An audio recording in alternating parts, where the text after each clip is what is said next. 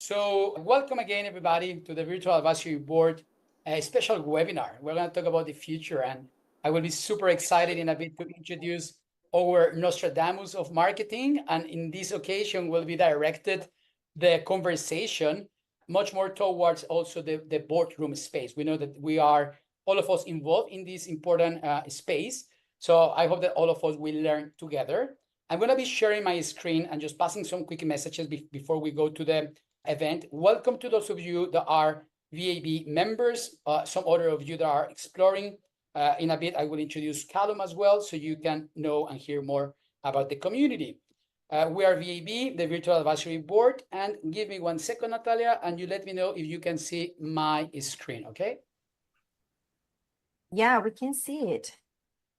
Lovely. Thank you, Natalia, and welcome everybody. Today we're going to talk about the art of science and how we apply futurism for boards with Faith Popcorn. Faith has been like really a pleasure to be preparing this over the months, because this is not something that it was just like a couple of weeks ago. We have been planning really, because this year will be a fantastic year for our VAB community global. As you know, we are 1,000 members and we are growing the community, but not really in volume, but really choosing the right people that we want them to engage in this global position of boards. Currently, it's not about like the 1,000 members that we have in 80 countries. We literally cover 41% of the world in the countries that we are present. But this is much more about like, where are our members seated?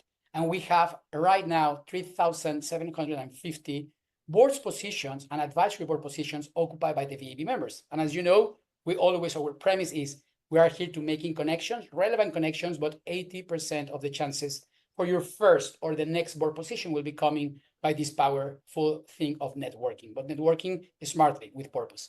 Welcome to all the people in the slide that are just coming over these last weeks of January. Welcome, everybody. Also, thank you to our global partner ecosystem. As you know, we're really global. We have organizations and educations. If you are looking for certifications, if you are looking to evolve as a woman in the space, if you are in Africa, like literally we are in 6 hubs. And that's why I'm going to take a minute just like to stop sharing my screen. And then I will be sharing here in my other device a very fun tool that I found recently. I mean, to be honest, I use it personally.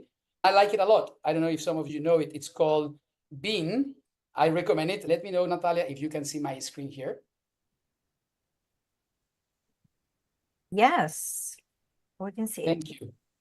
Thank you. On this nice app that I found and that I really enjoy a lot, you can see here, and it's in the orange color, like all the countries where we are present. We're really proud to say that we are an international and the first global community of board members spanning like in all over the globe, from India, Singapore. We have different chapters. We have 35 official ambassadors at the moment, even though we receive requests every day. And thank you to my team for being there. This is a global community, and I think this is the magic of VAB. Am I traveling to Singapore or to Africa, exploring industries or different size of companies, from family offices, startups, scale-ups, public boards, board of directors, but also advisory boards? Here is the place. So we are really, really happy to see this global community. As you can see it here in the other map, this is literally where VAB is present today. And greetings, because I know that this event is not possible for all the time zones like to be joining us. Though this will be recorded, we will be working on the article and we will be sharing also some insights from Faith's team. And I will invite you to connect with her as well on LinkedIn, and if you want to hear more about this session. Thank you so much. I will invite now our member, Randall Sindler.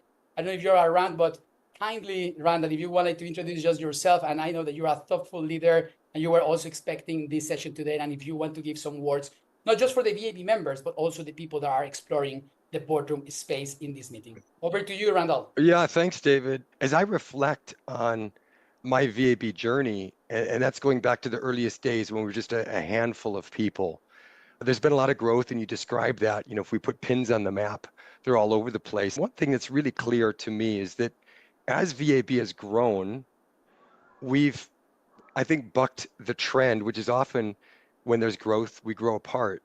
But VAB's grown together, and I really feel that. I'm just sharing from my heart here. So I really feel as the chapters have developed and there's been micro conversations, larger group conversations, different places for idea exchange, there's been this always this relatedness, relationships, and connectedness is core. So I just thought I'd share that, and also say that a part of it is always around leadership learning, and today what Faith is going to share, we're all excited to hear on that. So I'll be quiet in a couple of seconds here. But other themes we've explored, and all of you will know that when you've been on calls on organizational culture, organizational change, strategy, leadership transition, performance, regulation, metrics, decision making. It's a pretty long list. And so there's always this leadership learning space too. And I could go on and share about partnerships and collaboration. You've shown us a map on that, but just those two themes, I kind of come up with an equation, which is L learning plus C community equals F, and that's fun. And that's VAB. So VAB is the place you want to be if you're not in it yet. But I'll just share those two key features for me is around leadership learning and community. David, I'll give it back to you. Thank you, Randall. Thank you. And before I move on, perhaps I will just pass it over to you for 30 seconds, very, very short as we are short on time. But Callum, if you want to greet and introduce yourself very quick, where you're based, how do we contact you if we want to hear more? Yeah, perfect. Thanks, David. So yeah, I'm Callum, the Global Membership Director. So a lot of you I already know, and some obviously I've had meetings with recently, but my role is to assess new quality members coming in, how we can also add value with the portfolio of a board career, the right executive development, the right strategic networking. I've just put in the chat my details, my LinkedIn, my meeting link as well. So any of you that aren't members yet, I'd love to kind of understand your story and how we can help you going forward in the board space. But yeah, originally from Cambridge in the UK, in Dominican Republic, and I'll be in Brazil on the 14th of February with the rest of the team, which is very exciting. Thank you, Callum. Thank you. Natalia, which messages do we have here for upcoming virtual and in person?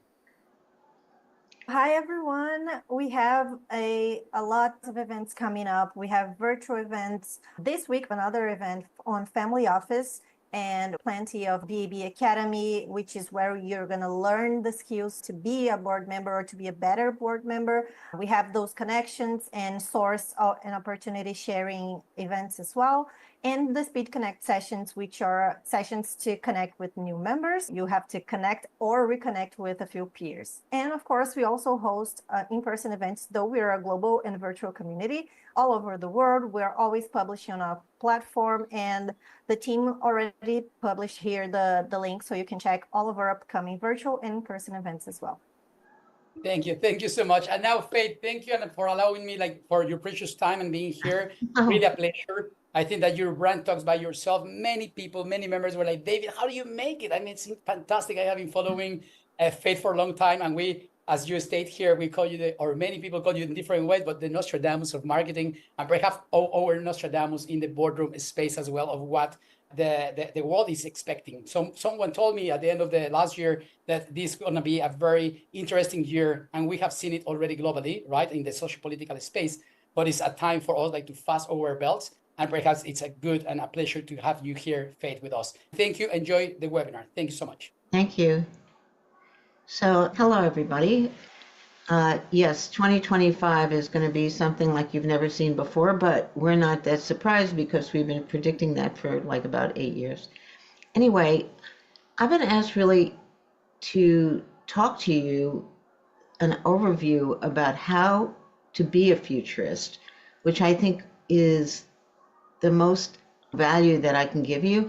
I mean, I'm going to talk to you a little bit about the future and how we see the future, but a lot of what I'd love you to focus on, and maybe I'd be happy to ask any questions that you have about this, is how to be a futurist. So, futurism in my life started way back. Kelly, you can advance here. To say that a futurist is a Sherpa for change. If you don't want to change, you shouldn't be a futurist. You shouldn't need a futurist, and you shouldn't want a futurist. As a matter of fact, a futurist will become extremely annoying to you. And I can say that from deep personal experience. If you're not ready to change, if you're embedded in the present, or as most companies are in the past, you should not ever talk to a futurist. It will just upset you. So they call me the original futurist because I actually started the business practice of futurism. And as I say, how to become a futurist, I think it's almost in everybody's DNA, not just mine. personally, the way I started to be a futurist is being an outsider, an observationist. If you're looking around, if you're seeing things, if you're connecting dots, that's a good beginning. For me, I was brought up in Shanghai, China. My father was in the CID. It's the founder genes of the CIA, I guess. And he was head of the CID in Shanghai, China. And my mother and I came over to join him. Well, when you're a Caucasian, I think I was like 1 or 2, a little Caucasian Jewish girl coming to, Shanghai, where everybody looked different. Being an outsider, you start looking very carefully at things. And also, I kind of became China-centric. I didn't see much difference between me and anybody next to me. And also, speaking about being Jewish, my parents put me immediately into Sacred Heart Convent, mainly for security reasons, but I was brought up Catholic in my early years, and that made me ecumenical, Catholic, Buddhist, Jewish. So I became kind of like, before global was a popular word, I had a global sensibility. So that's why people say to me, like, I don't understand, which is somewhat racist here, what I'm going to tell you, why I adopted 2 girls, why you adopted 2 Chinese girls. But now you can understand. My girls think I'm Chinese inside. Everything in our universe is Asian, including our little doggies. That's Mochiko and Ray. What that means, they're called Japanese chins, but actually they originated in China.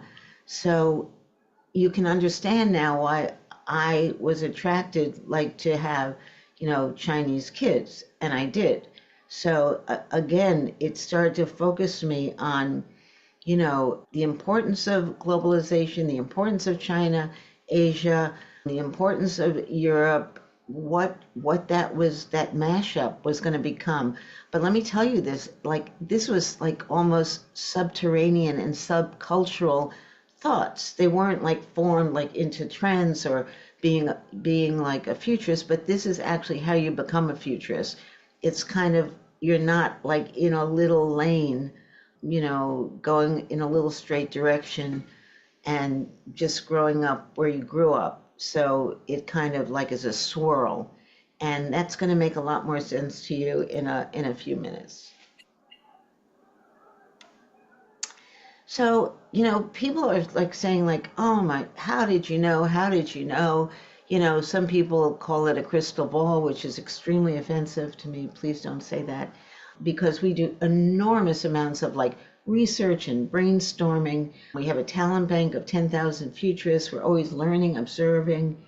And it is also I think it's, as I said, a piece of DNA, not intuition, not female intuition, but almost a strand of DNA that is present in all of us. And if you pay attention to it, allows you to be observant of a time that hasn't come yet. And for many people, it's so scary, so they kind of shut it down. But if you don't shut it down, you can really pretty much look to the far future, imagine, futurecast, we call it, imagine, and then backcast to the present.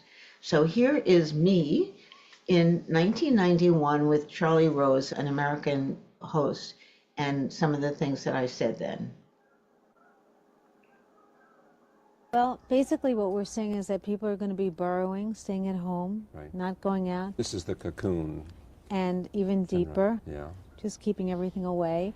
And the second thing is something called cashing out, which is where people exchange dollars for a better way of life. And SOS is in the Popcorn Report, Save Our Society. More people are cashing out. People are doing it willingly and not so willingly. They either get fired and they find a better way of life, or 400,000 people open their own businesses on their own kitchen tables last year. Yeah.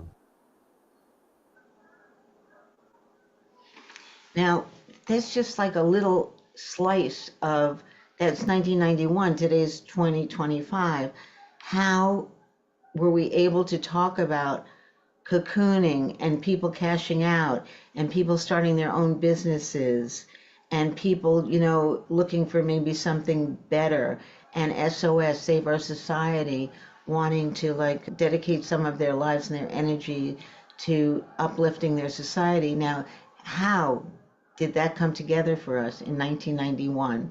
So this is our mission. If you knew everything about tomorrow, what would you do differently today? So I can help you with knowing everything about tomorrow, but it's really your job to see how you're going to convert, revert, expand what you're doing today so that you in the future are aligned instead of going in different directions. So how, again, to think like a futurist? Well, there's a little trail, and I'm going to show it to you. First, get dirty in the culture.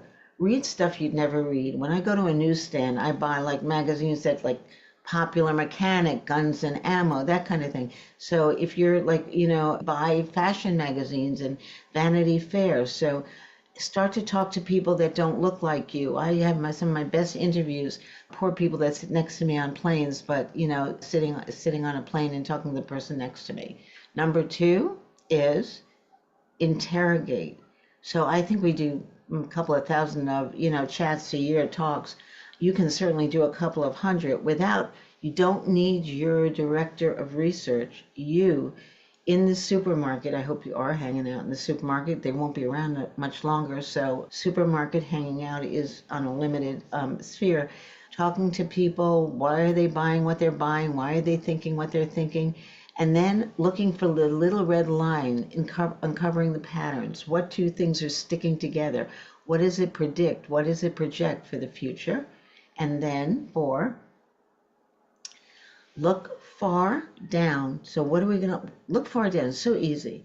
Robotization. We'll all have our personal robots, cars that turn into robots and back into personal companions. I mean, you just can watch a lot of science fiction and figure out tomorrow, and then backcast to today and watch how fast or slowly things are developing that you know are going to hit in the future.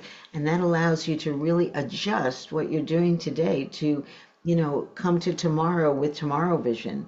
So that's a little immerse, interrogate, identify, and tomorrowize. A little theme for you. So we have been 95% accurate in the last 5 decades. That is not an accident. I mean, it's actually between a science and an art. So in our talent bank, we have 10,000 futurists. Who are the futurists in your talent bank? How many futurists are you talking to?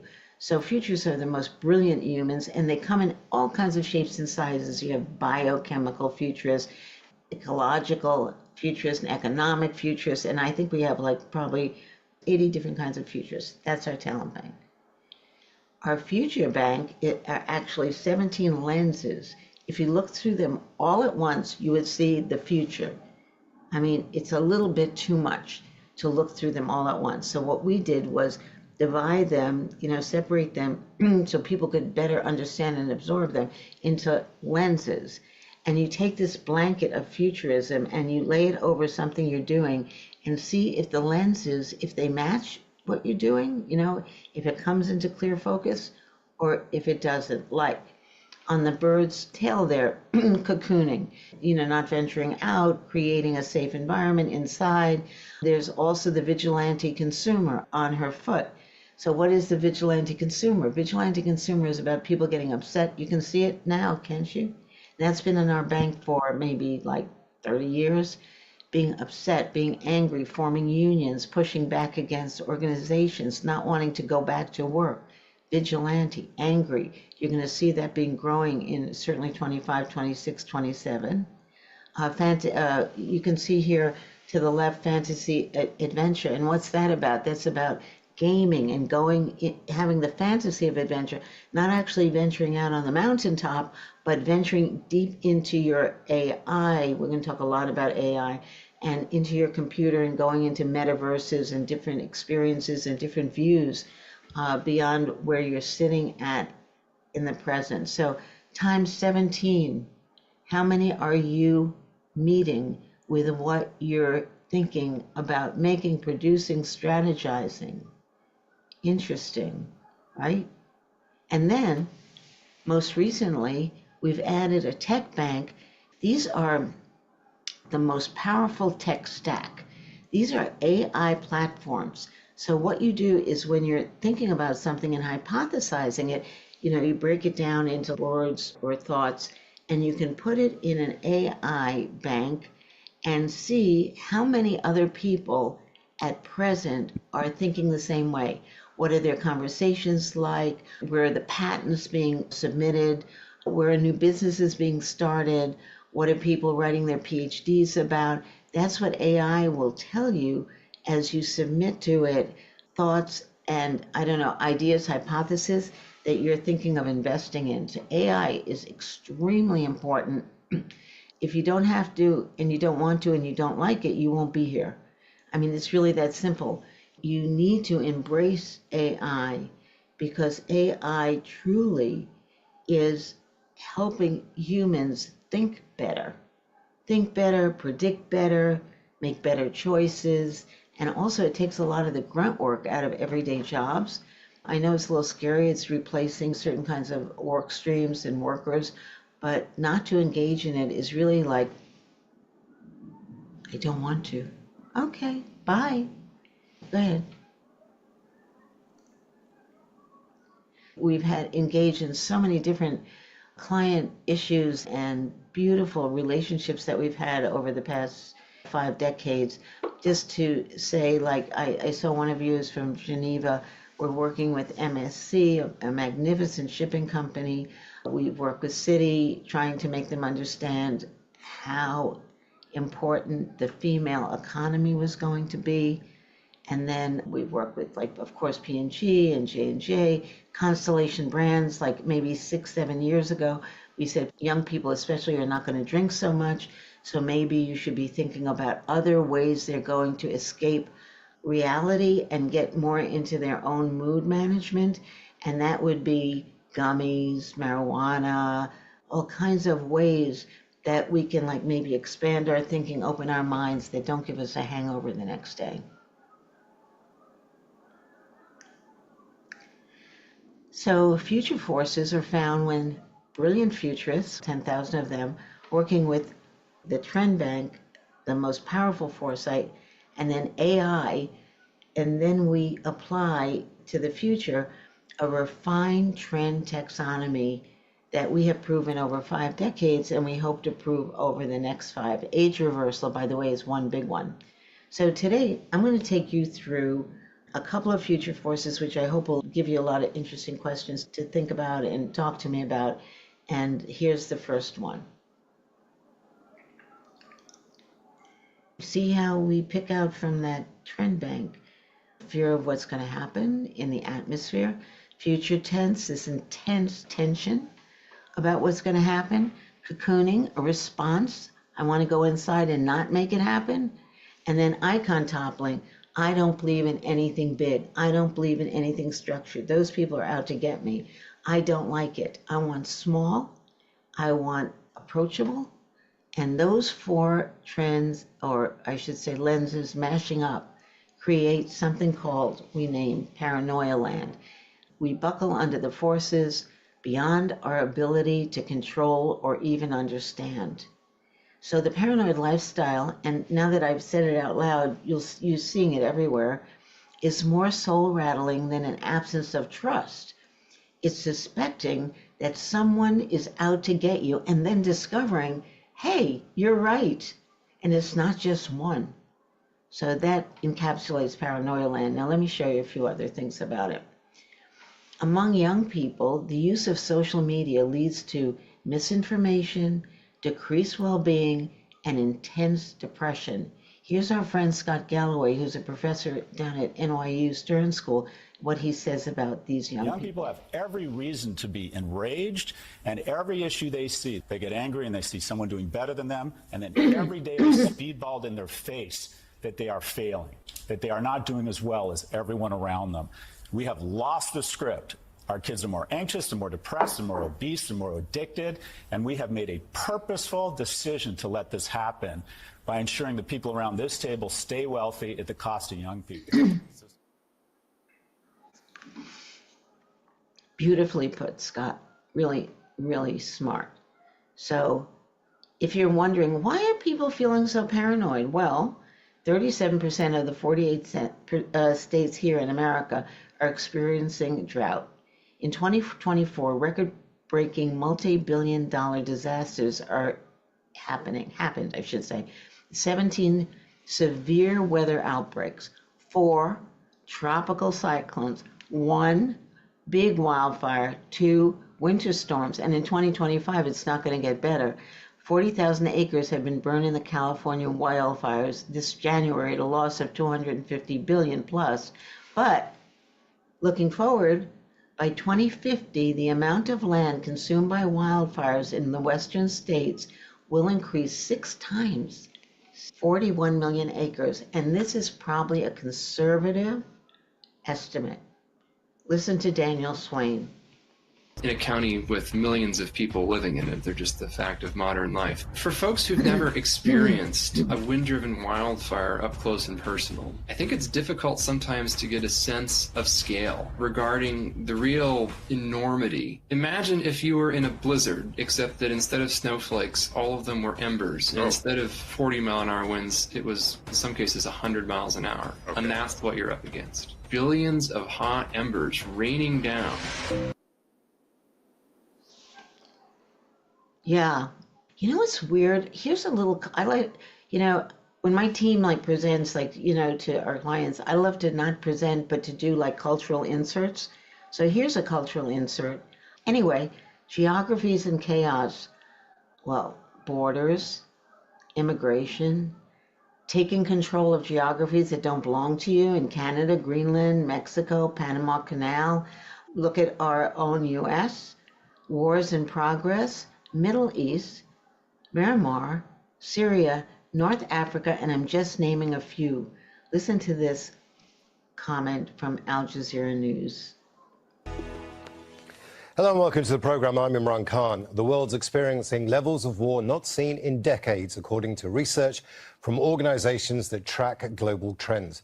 Every day, people in Gaza, Ukraine, Sudan, and the Democratic Republic of Congo are suffering the consequences of politics and diplomacy failing.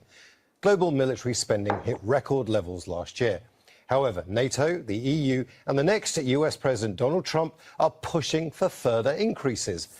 But others, like Ireland's president, say more militarization just means more risk of war. As the profits of arms companies rise, so where does the world stand? Ready for greater defense or poised for more violence? Is the specter of World War III? Yeah, what about that?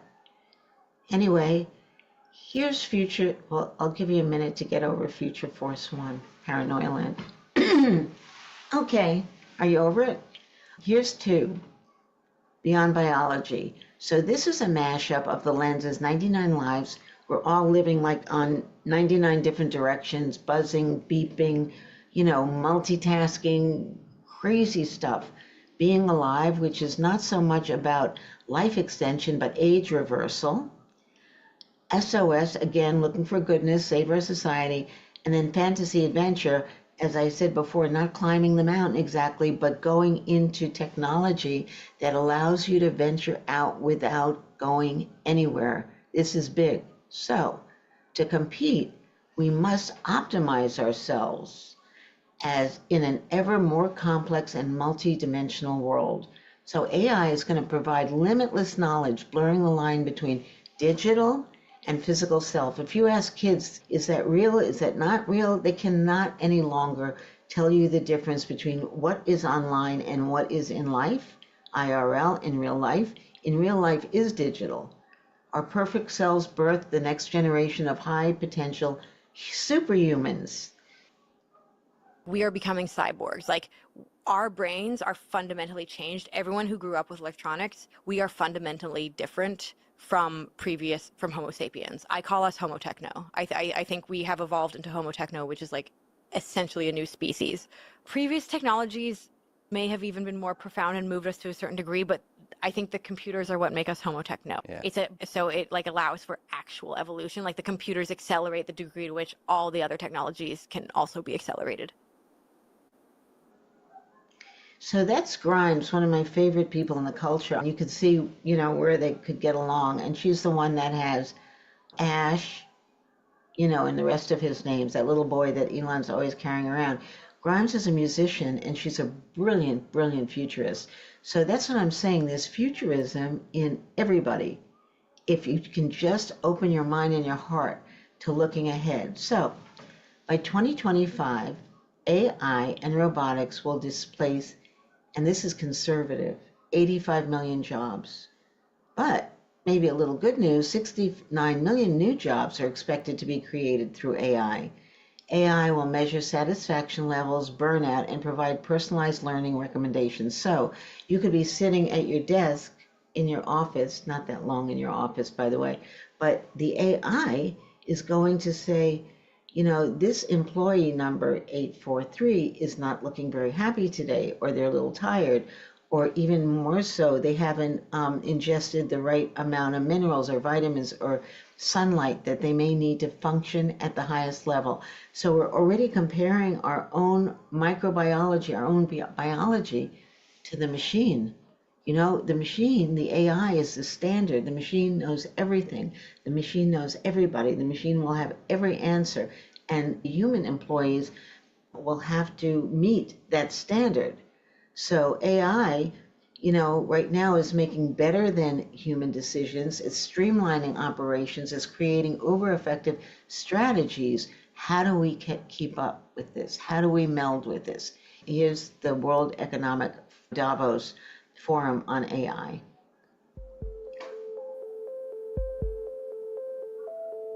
I've become probably in the last 3 to 6 months more confident that we really are heading towards AI systems that are better than almost all humans at almost all tasks. My guess, and I'm still not certain of it, but I think with some of the things we've seen with models starting to be as good as PhD students in areas like math and programming and biology, it is my guess that by 2026 or 2027, we will have AI systems that are broadly better than almost all humans at almost all things.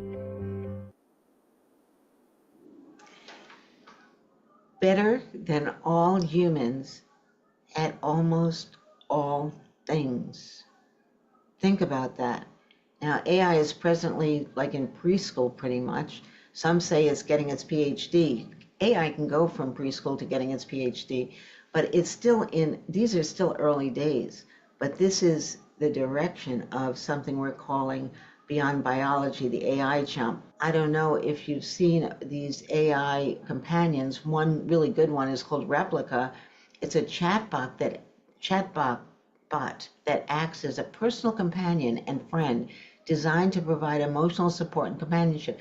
People, a few right now, are marrying their chatbots or creating a triumvirate with the chatbot and their in real life spouse or partner. This is happening right now. And, you know, Replica got very mad because the Replica people started to shut down some of the emotional connections with the subscribers. So AI agents autonomously use workflows, tools, and large language models, LLMs, to solve problems, make decisions, and execute tasks. So you'll have a little agent with you, and you don't practically have to do anything except maybe think, is their conclusion something you agree with?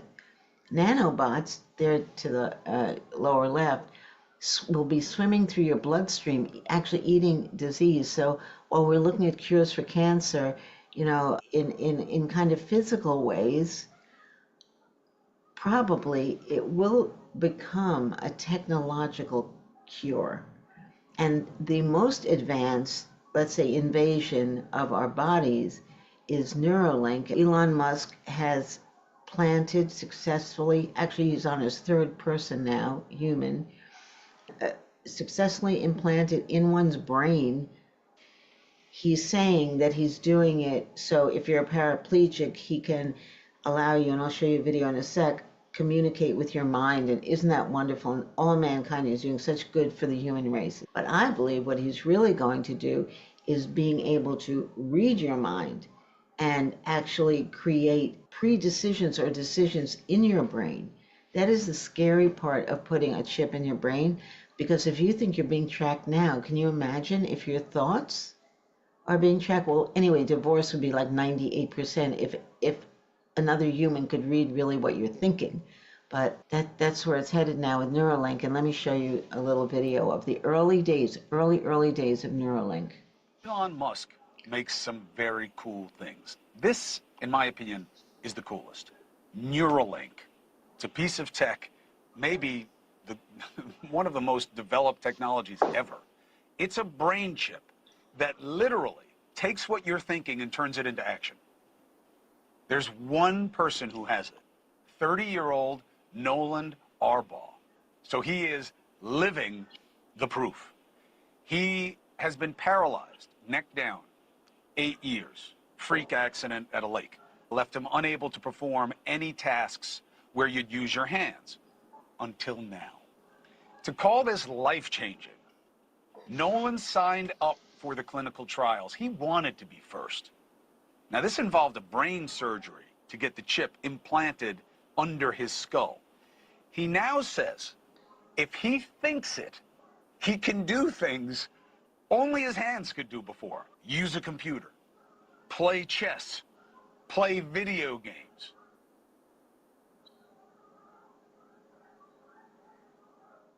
So that's a lovely, actually, application of Neuralink right now. That was the first human that it was successful. You're going to see a lot more about this. So one question you might want to ask yourself is, how will Paranoia Land and Beyond Biology affect your business, your life, your family, and your future? So that is our practice, actually. It's called Applied Futurism. It's not just seeing the future, but the application to what you're working on and thinking about. And I always love to put up this warning that's, in some side view mirrors, that objects in the future are closer than they appear, much, much closer. You know everything about tomorrow. Well, not everything, but a couple of things. So you have to ask yourself, what are you going to actually specifically do differently today? So anyway, it's been a pleasure talking to you, and I'm happy to take any questions, queries, disagreements, whatever. Thank you so much. Thank you so much, Faith. We really appreciate it. Yeah, we had a question from Lisa Nelson. Go ahead, Natalia. Thank you. Sure, no worries.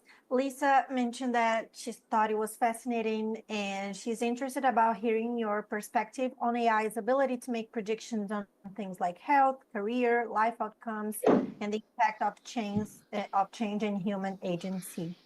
Predictions on, that was quite a few things. Yeah, health, career, life outcomes. All right, well, do you have the whole week off, or we can talk about this? As I said, well, sorry. In particular, I guess in the age of all of these advancements, and obviously predicting for weather or traffic patterns is one thing, but there have been, as you know, a lot of applications towards, say, predicting health outcomes to cut off insurance payments and things like that. So AI's ability to handle these predictions in the cases where there are chance items that happen, right, circumstances, or a person's agency to actually make a choice and go in a different direction. Thank you. Well, I'm not crazy about the idea that we've all like maybe given our DNA to find out if where we came from, and now it could be used against us in terms of insurance and cutting off insurance. The insurance, by the way, the insurance marketplace is going to have a tsunami like you've never seen before. I mean, they cannot pay out for what we're going to see in the eruption of the planet. Already we're seeing this. So, as far as health goes, we're going to need technology actually to reduce the amount of, health issues. So I talked about reverse aging. People are going to want to get younger, and there's some technology now to reduce these, they're called telomeres, these little things at the end of your DNA strand to like extend them to make you actually, actually make your cells and your organs younger. That's going to be one thing. I think the other thing about health is the environment you're living in. So as some places lightening up on ecology or caring for the planet or emitting gases, etc., it's going to be a lot of pressure, on insurance companies and a lot of pressure on population. So it's kind of a race between technology and the SOS trend, Save Our Society, against, I want to say, almost uber capitalism. Glad you brought it up. We have another question here from Ivas. Do you want to open your microphone or can I read it, Ivas? I guess I'll read it. So he asked, when using AI, social media, and internet searches for making predictions, how do you avoid getting stuck in some echo chambers? And then Gabrielle also added to these questions. In the context of boardrooms and corporate governance, where fostering diversity and inclusion is critical, how can leaders ensure that AI's use in decision-making promotes equity rather than just reinforcing biases? Yeah, that's a good one. I mean, that's an excellent one. And the echo chamber, I think the echoes are really loud in boardrooms. No offense, but boards can be very, very boring and, redundant, repetitive. I can't tell you how many board members and upper echelon executives do not use AI. Proudly. I go, do you use AI? No. It's just like those CEOs that have their assistants type out their email, hand them their emails on paper. It's like that kind of thinking. So I think one of the ways we've tried to avoid it is use more than one platform. So we could use 6 platforms and see, because they are human. You agree, Gabriel? They are human inputs, right? I mean, measured. So if you use more than one, you can get a more round, opinion. And then I also say, don't shut your brain off. Remember earlier I say how to be a futurist. Are you talking to enough people that don't look like you? And this whole idea of equity and inclusion, you've seen, like here, equity and inclusion is kind of being lifted out of corporations. And those people are being fired, which I don't exactly know how. It's going to be an interesting study, I guess, looking at the bright side. How you continue with equity and inclusion without equity and inclusion, people that are caring for the people. But maybe we're already seeing that equity and inclusion is about humans. And here's my point.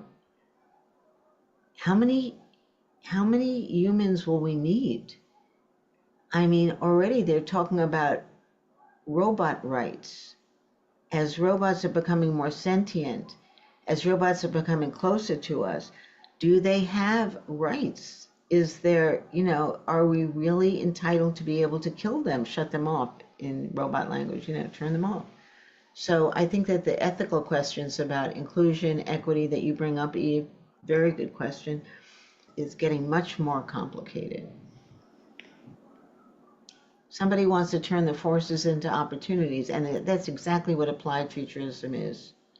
I mean, you take the force beyond biology, about inserts and upgrades, and you see where should you be investing in inserts and upgrades. Maybe you should be turning down this whole idea of like your phone in your hand, things getting tinier and tinier and then inserted. And then maybe this can help you think about things. Usually evolution, like the dinosaurs, is very, very slow. So it allows species to adapt slowly. This time, if you think of AI as an evolutionary happening, it's happening very, very fast. So it's not the way we're used to. We need really fast adoption. the person I was asking about application, hanging around and going like, should we do this? How should we do this? Let's take a vote. Let's wait till next year. Because sometimes you have such shock about this evolution that it kind of paralyzes you. That's the exact worst thing you could be doing, moving slowly, because evolution's moving really fast. Yeah, I feel like we have time for just one more question, unfortunately, but the team will also share here on the chat again, Faith's profile and website so you guys can connect directly. So the last question was from Salim. He wrote that he thinks we should turn those two forces into opportunities. The way they are presented sounds scary and makes us nervous and anxious. And he asks, how can we as individual independent board directors approach those two forces? What should we practically do and how to bring this to life across our organizations? Yeah, we are in the practice not of scaring people, of doing something we call applied futurism. That is just what he's asking for. You go into a company, we show them really what they're facing and what the future looks like, and then we invent and create solutions for something that is about to happen, not that just happened. That's our practice. That's our specialty.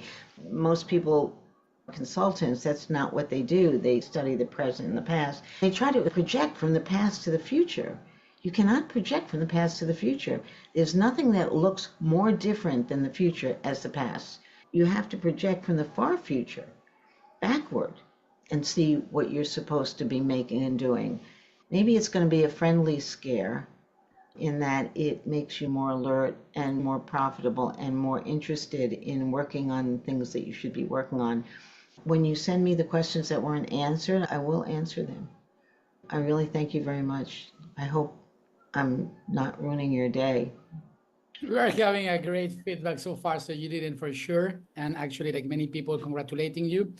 Faith, I think you have a hard stop, am I correct? So I think that we might close in a bit. Unless that, Kelly, yes, right? We have a hard stop. No, we don't, Cal. She's my boss. Kelly, you are the boss. You let us know. If not, we I mean, why do you want to? I think we could go another 5-10 minutes if the team is open to that. Yes. Mm-hmm. Yeah, from our side, not a problem at all. So Natalia, passing over to you that you are controlling the comments and questions. It would be lovely you guys to come and to interact directly to Faith. Natalia, over to you. Do you have anyone who wants to speak? Feel free to open your microphones. Otherwise, I can continue reading the questions. Oh, go ahead. We have there a couple of people like John. Yeah. Can you hear me? I had a question for Faith. I really enjoyed your podcast you had with Adam. Oh, yeah. And I wonder if you guys are going to continue. No? I don't think so. You know what? That podcast is hard. Yeah. You know, hard. First of all, like, it's just, don't underestimate how much time it takes to do a podcast. And we got very, very busy in our, like, you know, our our real work. I adore Taga. He is the best. He's great. Associate. I'll tell him you said so. You can do it. You could even just do it like a couple times a year, twice a year. Okay, well, thanks. Yeah, because I really enjoyed it. I got a lot out of it. You didn't think it was too radical? I mean, we talked about brain being taken over and... No? Okay, good. Okay, all right. You gave me inspiration. Maybe I was tired that day. We've had some very good response, and I'm glad to see somebody missed it. Yeah, for sure. So, yeah, even if you did it a couple times a year, it'd be great. I do something called Popcorn Report, where I pop out with, you know, like maybe 4 or 5 times a year. Like Paranoia Land was one, Beyond Biology. So, you know, if you look what we're posting, it's kind of what we're thinking. Thank you. Hey, thank you. Many people writing and just giving like a lot of compliments before you go. And so, perhaps like Paula, I think you have raised your hand. So let's go with you, Paula, if that's okay. Thank you. I appreciate that. Just audio today. Faith, I'm a longtime admirer of your work. Oh, thank you. In university, I was in a translation class and reading an article about your cocooning. So I've been following your work for some time now. Who is it, Kelly? Cassandra. Cassandra? Cassandra. There we go. Very good. I I've used to often sign my felt like emails off Cassandra, and people thought that was too weird. She was the one that was blinded by Apollo because she turned him down, but she could always tell the future. That was her gift. Yes, and I felt very often felt like a Cassandra myself. But that aside, my interest in asking the question I'm going to ask you has to do with your initial comments about having grown up in a Chinese society and having espoused a very intercultural, ecumenical mindset. And I'm looking around at the people on this call from different parts of the world, different backgrounds. And I'm wondering, how close are we into the future of our human existence, our evolutionary, to learning to become more understanding, perhaps more, capable of seeing into the mindset of other people in other cultures and leveraging that as our human specialty or a human skill for our own planetary survival or even universal survival, because likely we're not going to be staying on the planet. Yeah. What are your views on that? Well, when there are more women running the world, there's more understanding. I wrote a book, and it wasn't my most popular book, and you'll see why in a minute. It was called Evolution, EVE, about women, the 8 Truths of Marketing to Women. It helped a lot of the marriages. They had no idea that women thought differently. We know their biology is different, but the way they think, the way they're able to multitask, everything about them would give a different tone to getting along with people that don't look like us. They have better peripheral vision. They can look to the side better because while they're rocking their baby, if the lion was coming, they could see it. I mean, it's a real, real reason for this. They can do many things at once because they had to. And they think, here's the good thing, and I think it addresses what you're thinking. Women think in groups. Men like to call it gossiping, talking, endless talking. That's how they view it. But really what it is communicating without subverting or pushing others down. They communicate on like equal par. So before you walk into before, let's say, a male boss, I've studied this endlessly, walks into a conference room, and if there are a lot of women there, it's like blah, blah, blah, blah, blah, blah, blah, blah, blah, blah, blah, blah. And it looks like, how's the weather? How are the kids? But it's really not that. It's like opening up, communication channels. It's almost physical. And they come to conclusions and observations in force as a group. Somebody once said to me, why is every elevator ride a focus group with you? Supposed to insult me, but it didn't. Because I do. I get in an elevator, what do you think? Why are you wearing that? What's going on? That's how women are. And I think that we'd be much more open to, if we picked up some of these feminine traits. You don't have to be a female to have a feminine trait. And you don't have to be gay, by the way. If we picked up some of these feminine traits, I think that it would really help with being more accepting and more understanding of other kinds of people. Thank you. I'm just thinking that if we were to be open to different ways of thinking and have not only more diversity on our boards, but more neurological diversity on our boards. Yeah. Meaning, regardless of what your physical appearance is, that your underpinnings of your cultural, psychological, emotional understanding, and also your non-siloed thinking about different topics would allow for greater possibility of solution finding, as well as for the possibility of understanding one another's mind, really meeting of the minds, so that there are fewer silos. So I'm wondering, like in the long term, do you think that will happen, or do you think the opposite will actually happen? I'm not asking you to read the future in a crystal ball. Rather, very pragmatically, do you think there are tendencies on opposite polar extremities? Do you think that there will be a greater, I'm seeing more of that even in the World Economic Forum with regard to the capacities that we're going to need as humans in the future. So what are your thoughts on that? Look, there have been so many studies. When you blind hierarchy, top-down thinking, when nobody knows the titles or the sex of people that are talking, which is what you're talking about, is a much better solution because you're getting different points of view without fear. Are you saying you're seeing it at Davos? Because I don't really see it at Davos. I mean, I see a lot of... No, I was looking at just some of the skills that they proposed for future, the future of humanity, that the skills for jobs in the future were what are traditionally considered to be essential or soft skills. They're not really soft skills, they're human skills.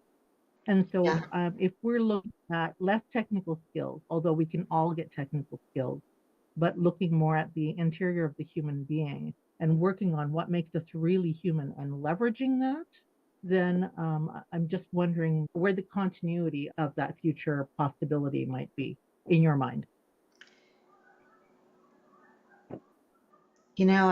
As I said, I think it needs a different kind of leadership, and we don't have that leadership at the present anywhere. There are very few females or diversity of every kind, gender diversity, every single kind really rising to the top. If anything, they're being suppressed. Far future is going to be the machine. We are in evolution. There's a new profession they talked about a little bit in Davos called prompt masters. But these are people that are really good at prompting AI. That's going to be very important. If you play around with AI, is how you ask the question, how you probe, how deep you go. And, to an earlier question, how many platforms you use. So I don't see it in our current humanity setup. I don't see that happening much. Maybe something to be striving for or fighting against the grain for, if we really want equitable world for all of us. Well, I think you should change it then. Thank you, everybody, for coming to the VAB meeting. We appreciate your presence. We're going to send the recordings, and we are around for you if you want to hear more about us, and greetings to our VAB members as well. Thank you so much. Thank you very much. Happy future. See you. Bye. Bye. Thank you. In there.